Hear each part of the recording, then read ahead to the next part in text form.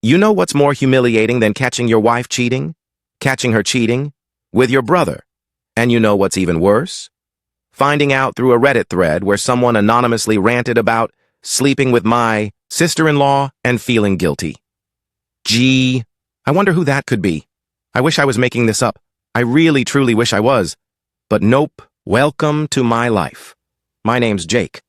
I'm 38, and until 3 weeks ago, I thought I had a stable marriage, a decent job, and a family that, while not perfect, was at least loyal. Big mistake. Huge. Let me take you back to how this absolute circus of betrayal started unraveling. It was a Friday night. I'd just gotten off a 10-hour shift at the warehouse, where I managed logistics for a trucking company in Colorado Springs. I came home, dropped my keys, kicked off my steel toes, and crashed on the couch like any other exhausted middle-aged husband trying to hold it together. My wife, Laura, was supposedly at her sister's for wine night. Cool. Good for her. She deserved a break. So there I am, scrolling Reddit on my phone with a cold beer trying to decompress, when I see a post on our confession that starts with, "I've been hooking up with my brother's wife, and I don't know how to stop." First reaction? Damn, that's cold. Hope his brother never finds out. Then I kept reading. Little details started to hit me. They lived in Colorado. He said she had a little crescent moon tattoo on her left hip. They'd been sneaking around during wine nights. I nearly dropped my phone. No way. I opened Laura's Instagram and pulled up a pic from last summer at the lake. Zoomed in. There it was, peeking out from under her bikini bottom. Crescent moon tattoo. Left hip. My heart sprinted out of my chest. There's no damn way this is real. I jumped to the comments, trying to convince myself it was just coincidence. But then someone replied asking, "You serious? Why would you sleep with your brother's wife?" And the guy wrote back, "It's complicated. We were drunk the first time.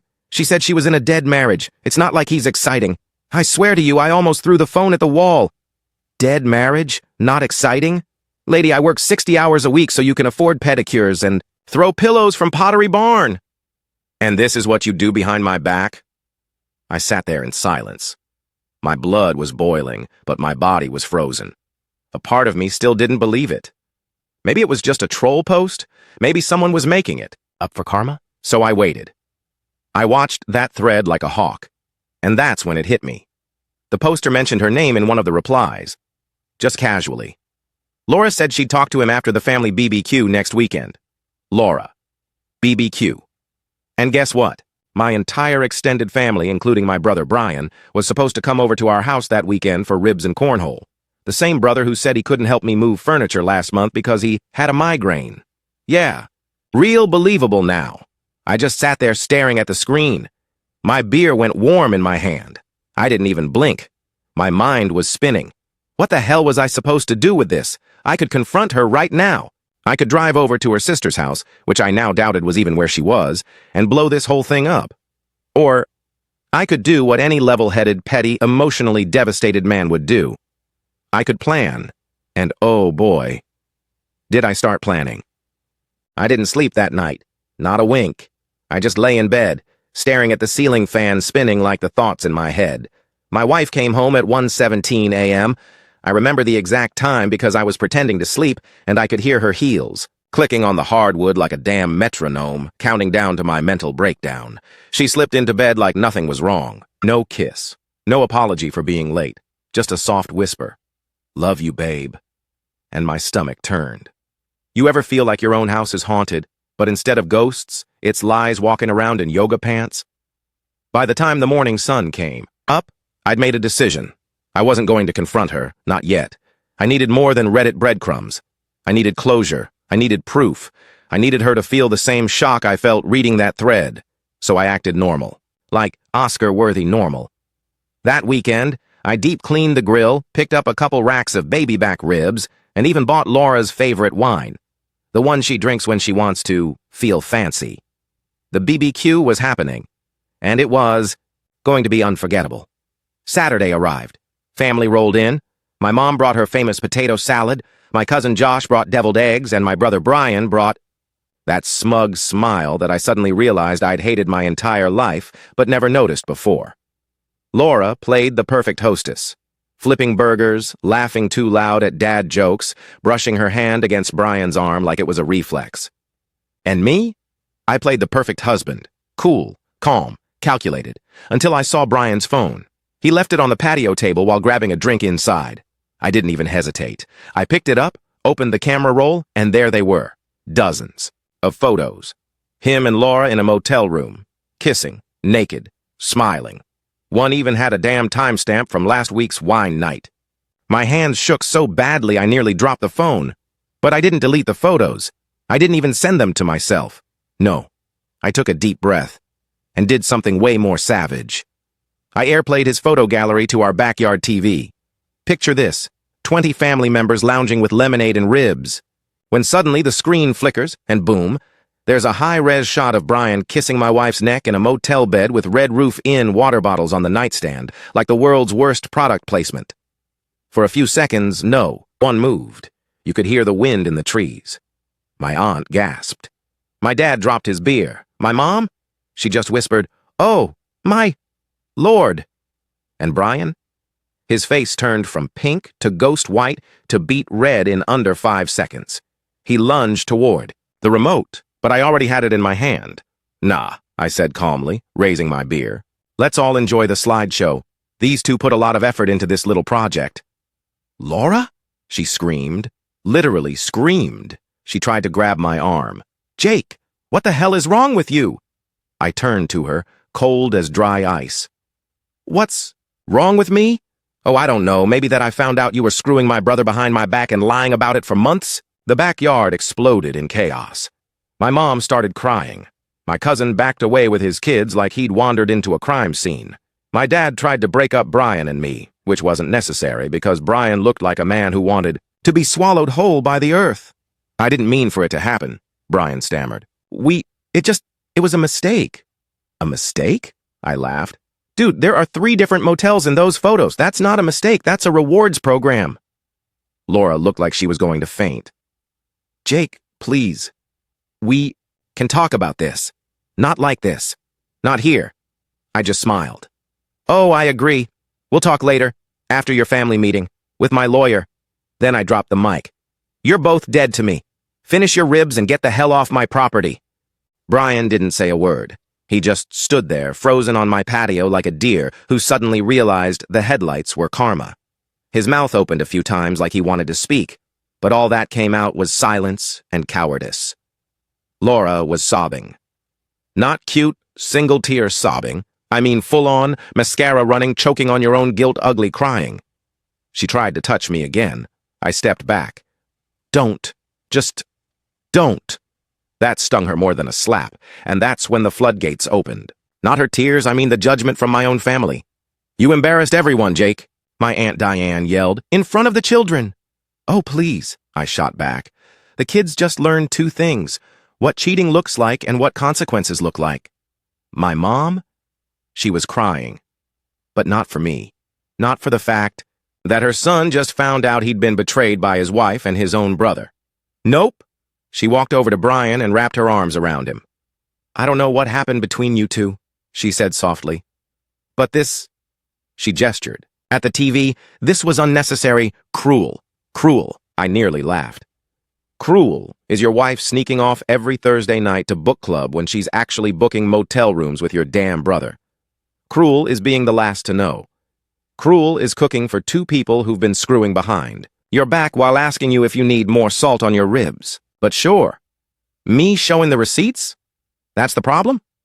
So I turned to her and said, "Mom, if you hug him again, you can join them on the guest list for never coming back to my damn house." She gasped. "You would kick your own mother out? I just watched you comfort the man who stabbed me in the back and climbed into my wife's bed. So yeah, I guess I would." Then came Dad. Now my father's always been the silent type, not warm, not cold, just distant.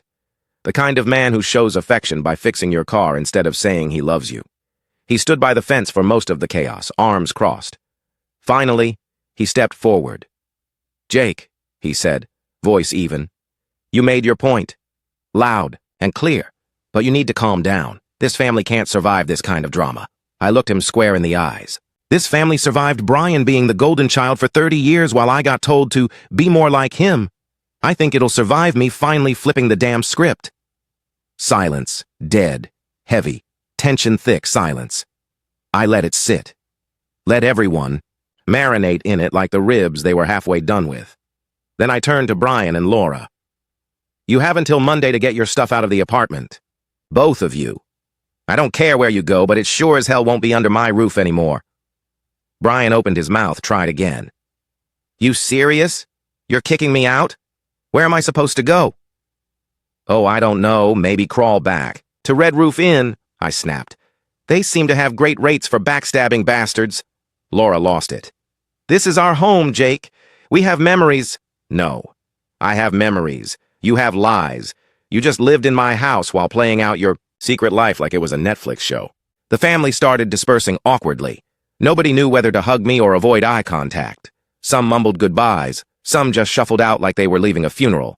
I mean, they kinda were. One cousin patted me on the back. Damn, man, he whispered. Legendary. By the time the yard was empty, only 2 people remained. My best friend Marcus, and the shattered remnants of whatever life I thought I had. Marcus helped me clean up. No words, just action. That's real friendship. As we dumped paper plates into the trash, he finally said, You want a beer?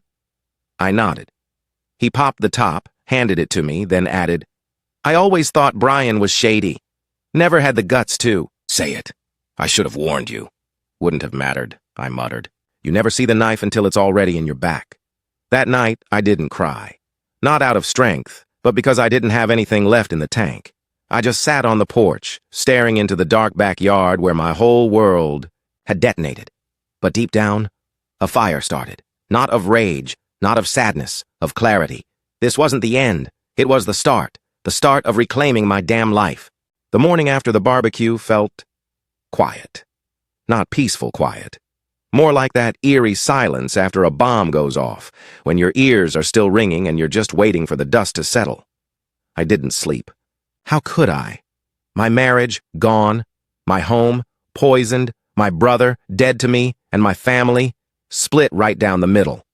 But as I sat in the living room, sipping black coffee and staring at the framed wedding photo I hadn't gotten around to smashing, yet something started to surface. Memory, not just the pain of yesterday's betrayal, but the scars from a lifetime of second place. See, Brian had always been the golden boy. Charming, athletic, a natural smooth talker. He could fail upward and still get applause for the landing. In high school, he crashed my dad's car racing his girlfriend down Main Street. Who got grounded? Me for letting him borrow it. When I got straight A's, it was, good job, son. When Brian barely passed gym, let's throw a steak on the grill and celebrate. He failed out of college twice. I worked 2 jobs just to graduate. Guess who got a brand new truck from Dad the year I graduated? Spoiler, not me. And when I finally started my HVAC business and offered Brian a part-time gig, he worked 2 weeks, then quit because it was too early in the morning. That didn't stop him from bragging at Thanksgiving that he helped build my company. I let it all slide. For years. Why? Because every time I pushed back, my mother would say, He's sensitive, Jake. You know how Brian is. You're the strong one. No, I wasn't strong. I was trained to suck it up, to be the adult, to be the one who lets it go for the sake of peace. But there's a fine line between peacekeeper and doormat, and I just discovered the tread marks of 2 very familiar people who'd been walking all over me. So I made a decision. It was time to burn the old scripts. I took the framed wedding photo off the wall, removed the back, and pulled out the photo. Just the photo. I didn't tear it, didn't smash it. I slid it into a box labeled Proof of Lessons. Then I went through the house, drawer by drawer, shelf by shelf, and began pulling everything that belonged to Laura. Clothes, shoes, makeup, journals, perfume bottles, all of it. I boxed it neatly, no drama, just precision. Then I did the same with Brian's things from the apartment over the garage. He had a PlayStation, a mountain of sneakers, and enough hair product to slick down a herd of alpacas. Every item went into a box with a sticky note. You have 48 hours. After that, it goes on the curb. I texted both of them. Your things are packed. Don't come here unannounced. Pick a time or I'll leave it all outside. Monday is your deadline. No reply from Laura. Brian just sent back, Bro, really? I ignored it. Instead, I called my bank and froze our joint account. Then I removed her access to every platform I controlled. Netflix, utilities, Amazon, even my Spotify. Let her cheat in silence. By noon, I was on a roll. And that's when the doorbell rang. It was Mom. She stood there holding a Tupperware container like a peace offering. Inside, some of her famous baked ziti. She smiled weakly. I figured you could use some comfort food. I stared at it. You know what would really comfort me? I said. A mother who didn't defend her cheating son while calling her betrayed. Son, cruel. Her face fell. Jake, honey, I didn't mean it like that. It's just, I didn't know what else to do. I've never seen the family so shattered, I finished. Yeah, me neither. But you had a front row seat to the cracks forming. You just liked the view. That hit her. She stepped back like I slapped her. I'm still your mother, she whispered. And I'm still your son. But I'm not the emotional punching bag anymore. She left the ziti on the porch and walked away. Later that evening, Marcus came by. Again, this time with pizza and beer. Real comfort food. We sat on the tailgate of his truck watching the sun go down. You all right, man? He asked. Nope, I said honestly. But I'm getting clearer. We ate in silence for a while, then I turned to him. You know what I realized today? What? Brian never really took anything from me. I gave it, my time, my loyalty, my silence, my couch, my kindness. All gifts I handed over because I thought family was sacred. And now? Now I see I was funding a parasite. 2, actually. He smirked, shook his head. Damn! Who hurt you? I laughed. Laura and Brian, you been listening? He raised his beer. To parasites getting evicted? Clink. And just like that, I wasn't angry anymore. I was focused. Because if they thought that barbecue was the end of the story, they were about to find out that the man they thought was just a quiet, forgiving background character was about to become the author of their downfall. By Monday morning, the deadline had come. Neither Laura nor Brian showed up. Their stuff, still boxed, still stacked, still my property until they decided to act like adults. So I acted like one instead. I hired a junk removal service, loaded everything into the back of their truck with clear instructions. Drop this stuff off at 382 Glenwood Drive. If no one answers, leave it on the lawn, rain or shine. 382. Glenwood, that was Brian's new rental. And judging by the peeling paint and busted porch railing, Karma had already moved in ahead of him. When I got the confirmation photo from the crew, 2 sad little mountains of betrayal sitting under a cloudy sky, I felt relieved. That night I slept like a corpse, but I wasn't done. See, I'm not the kind of guy to set fire to someone's life and call it justice. I'm the kind who turns off the gas, drains the bank account, and lets them freeze slowly. Emotionally, of course. So I started building something better. A new version of my life, brick by brick, with no trace of either of them. First, I went to my lawyer. We filed for divorce. Clean, uncontested, and cold as a courtroom bench in January. Laura never even responded to the filing. She'd already slithered off with Brian like some kind of budget Bonnie and Clyde, minus the charm and criminal genius. Then I called my accountant. We pulled every dime from our joint retirement accounts and moved it under a trust in my name. Since I'd been the sole contributor legally, she didn't have a leg to stand on. Every document was triple backed up, every dollar tracked, every asset fortified. And while I was at it, I removed Brian's name from the apartment lease. He wasn't on paper, but I made sure the property manager knew. If he ever showed up again, I'd treat it as trespassing. But Jake, I hear you asking, isn't this all a little overkill? Maybe. But here's the thing about betrayal. It doesn't just take your love, it takes your version of reality and crushes it. So no, I wasn't overreacting. I was rebuilding. And if that rebuild happened to include some poetic justice, well, so be it. Next, I did something a little unexpected. I wrote a letter to Laura. I didn't mail it, didn't post it, didn't even sign it. But I wrote it, and it felt like pulling a thorn out of my chest. Dear Laura, I hope the excitement was worth it. I hope Brian's six-pack and attention felt better than our 5 years of loyalty and love.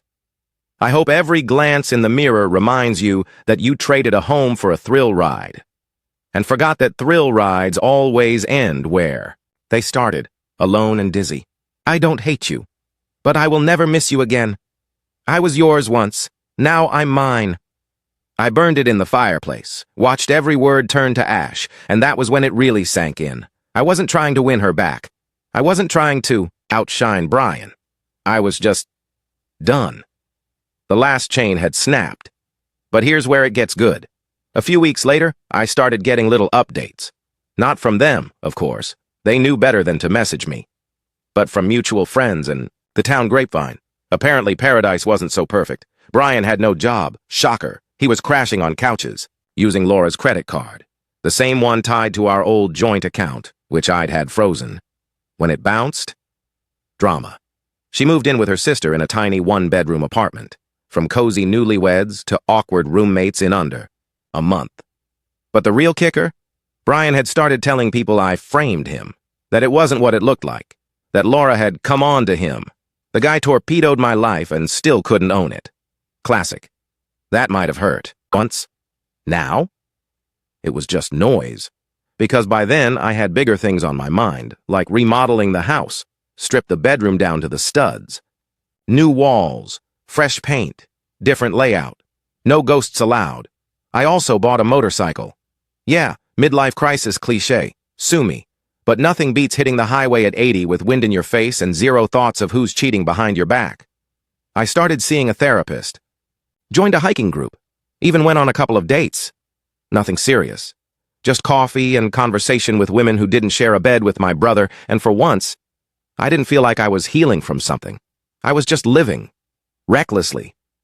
No. Freely. Hell yes. That's the thing about revenge. People expect fire and fury. But the best revenge is making peace with yourself so loudly they can't ignore the silence. 6 months later, I got the invitation. A simple ivory white envelope. No return address. Just my name in curly script like some gothic fairy tale villain was summoning me. Inside? A wedding invitation. Not to their wedding. Oh no. That dumpster. Fire had burned itself out within weeks. This was for my cousin's wedding. Someone we all knew. And by we, I mean me, Laura, and Brian. Apparently no one got the memo that inviting all three of us to the same event was like throwing a Molotov cocktail into a therapy session. But instead of declining, I RSVP'd with a gladly attending. Because I had a plan. See, I'm not into theatrics. I don't need a public meltdown or some reality TV blowout with champagne flutes flying through the air. I believe in controlled detonation, calm, classy, nuclear precision. I showed up that night in a perfectly tailored navy suit, clean shave, hair on point, confidence dialed to 11. But the real bombshell, my date. Her name was Marissa. She's a corporate attorney. 5'9", sharp as glass, and 10 times more stunning than Laura ever was, inside and out. And yes, she knew everything. She was into it. We walked into that ballroom like royalty at a garden party.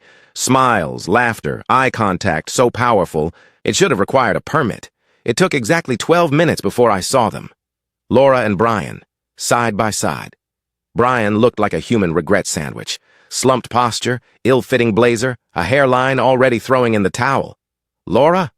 She froze when she saw me, like she'd spotted a ghost with better posture and a hotter date. Marissa waved. Laura blinked. Brian attempted a weak smile. I didn't return it. We walked right past them, not a word, and joined my table. The table with my family. The ones who'd stayed loyal. The ones who knew the truth.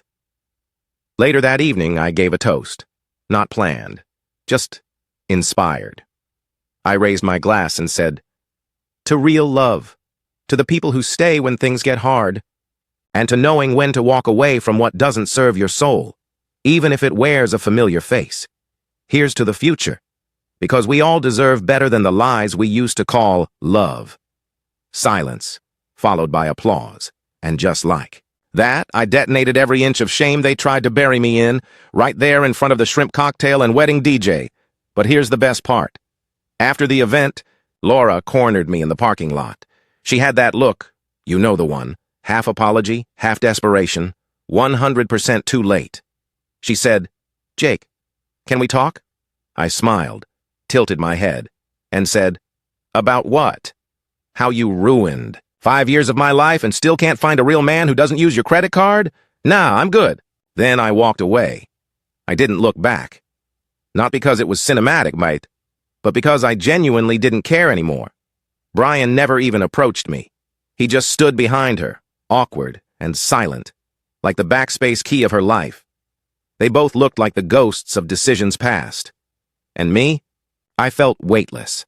I had finally become untouchable. Not because I'd built walls, but because I'd outgrown their entire ecosystem. In the weeks that followed, I got messages. From mutuals, from strangers, even from Laura's sister.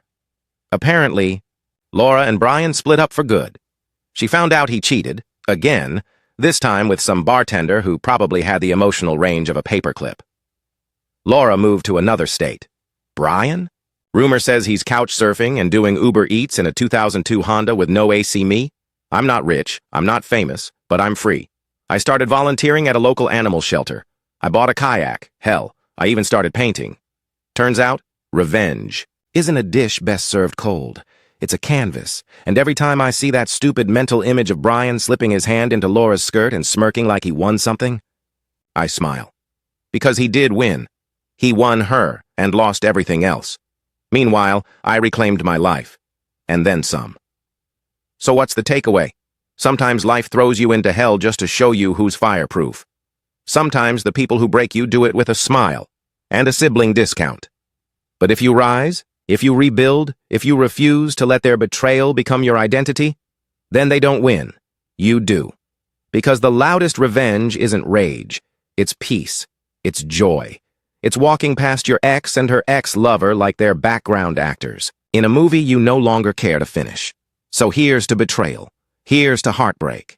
Here's to starting over. And never, ever looking back. And here it is, the finale of today's story. Did everything turn out as you imagined, or did it end unexpectedly? I'd love to hear what you think. Leave your thoughts in the comments below, and let's dive into the discussion together. If this story kept you in suspense, don't forget to give it a thumbs up. And if you haven't signed up yet, what are you waiting for? This is your chance to join an incredible community where exciting new stories unfold every day. Click the subscribe button and turn on notifications to stay up to date. Thanks for your attention and see you on your new adventures.